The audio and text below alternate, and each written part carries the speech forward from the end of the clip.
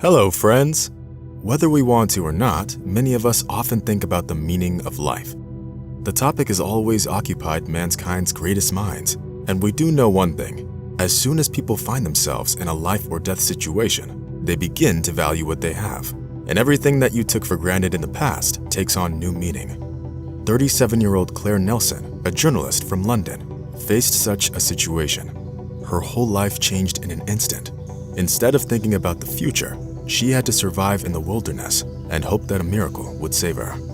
In March of 2018, Claire took a trip to Canada and spent several months hiking around through the snowy landscapes.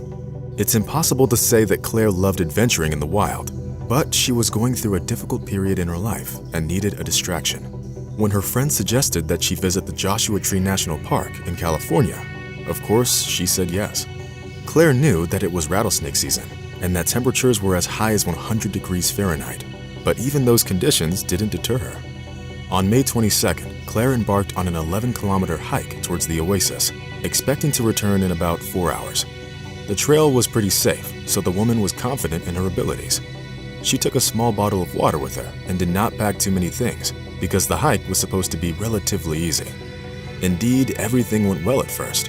Claire was having a good time and enjoying the beautiful desert views. At that point, she had no idea that in a short amount of time, she would have to fight for her life with all her might. It was around noon. The sun rose high above the desert and it was scorching. When she was halfway towards the oasis, the woman had to climb up some boulders. This shouldn't have been a difficult task, but a fatal accident changed everything in a single second. Having climbed up the boulder, Claire's right foot slipped and she fell a distance of over 20 feet.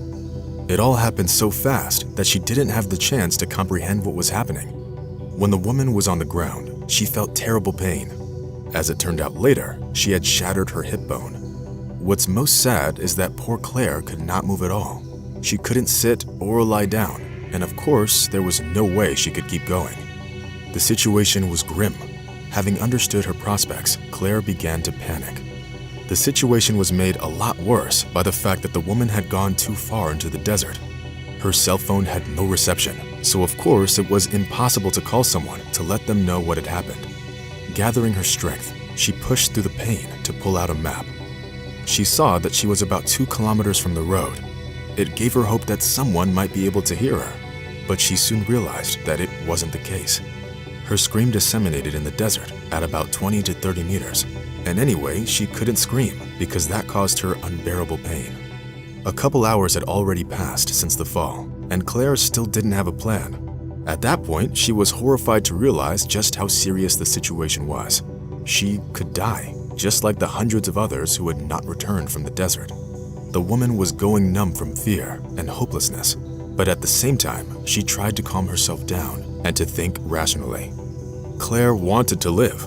Having remembered many movies about surviving in the wild, she thought that it would be foolish to die like this, without even fighting for her future. It was getting closer to the evening, and Claire was losing strength. She remembered how many hardships she had to overcome in order to move from her native New Zealand to London in 2005 and to become a journalist. The woman struggled with depression and often felt lonely. That's why Claire had started spending more and more time in nature in order to re-energize and restart. At that moment, Claire told herself, "I will fight for my life." A few minutes later, grunting in pain, Claire applied sunscreen to her legs using hiking sticks and used a plastic bag to create kind of a canopy. The weather was still unbearably hot, and looking at her water supply, Claire felt scared. She understood she needed to save her water and would allow herself only one sip once in a while, but her body demanded liquid and she was dying from thirst. But neither the thirst nor her injury scared Claire as much as the approaching night came. As I already said, it was rattlesnake season. Laying still at night made Claire perhaps the easiest prey in the radius of several kilometers. Other predators were also a concern. During the first night, she couldn't close her eyes. Each time she did, she began to imagine snakes slithering towards her. Every rustle made her blood cold, but she got lucky. At night, she could clearly hear the sounds of reptiles, but they were several kilometers away from her and did not seem to have any interest in her. At that moment, Claire thought that perhaps it was not yet her time. God was protecting her, so she had to continue fighting. When the morning came, So did the heat. After 24 hours, Claire ran out of water. All she had to eat was a sandwich and a granola bar. But she did not feel hungry. She was overcome by thirst. In order to quench it, she collected her urine in a medicine bottle and tried to drink it. At first, she vomited and later felt terribly nauseous. But in this way, her body was receiving at least a little bit of fluid, and she relaxed just a bit. The second and third day passed in this way. Every night, the horrors continued. She felt the presence of snakes, and every time readied herself for death. Her guardian angel protected her until the fourth day, when she realized that the end had come and she was going to die. She had absolutely no strength left, and she lay there, almost unconscious.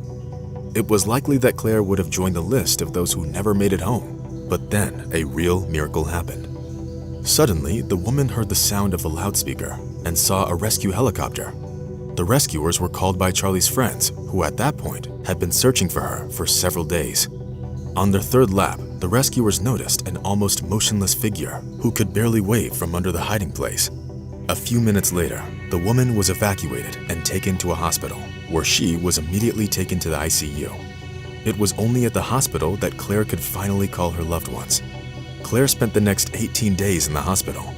She was operated on and had pins inserted into her pelvis. The fluid levels in her body were restored with the help of special solutions. Her mother was with her every step of the way. On June 11th, the journalist returned to Canada, after which she flew back to New Zealand. The woman could get up only 6 months after the accident and had to relearn to walk. All the hardships made her reevaluate her outlook on life. She understood that her loved ones and life itself are meaningful, that fate had given her another chance, and she better take advantage of it. In the summer of 2019, Claire wrote a book about her accident, titled Things I Learned from Falling, a memoir. In February, she returned to London a completely different person, stronger, more open, and practically invulnerable. In January of 2019, Claire even returned to the same trail to finally complete the track. But this time, she didn't go alone, but with friends. Today, Claire is certain that you shouldn't risk your life, and especially not to go on solo hikes and make rash decisions. After all, a person only looks strong from the outside, but it takes only one accident to change everything. It's good that Claire's story had a happy ending, but things could have turned out completely different. Friends, take care of yourself and your loved ones, and of course, value what you have. How would you have acted in Claire's place? Make sure to tell us in the comments. We would love to hear your opinions. That's all for today. Don't forget to rate the video. See you soon. Bye.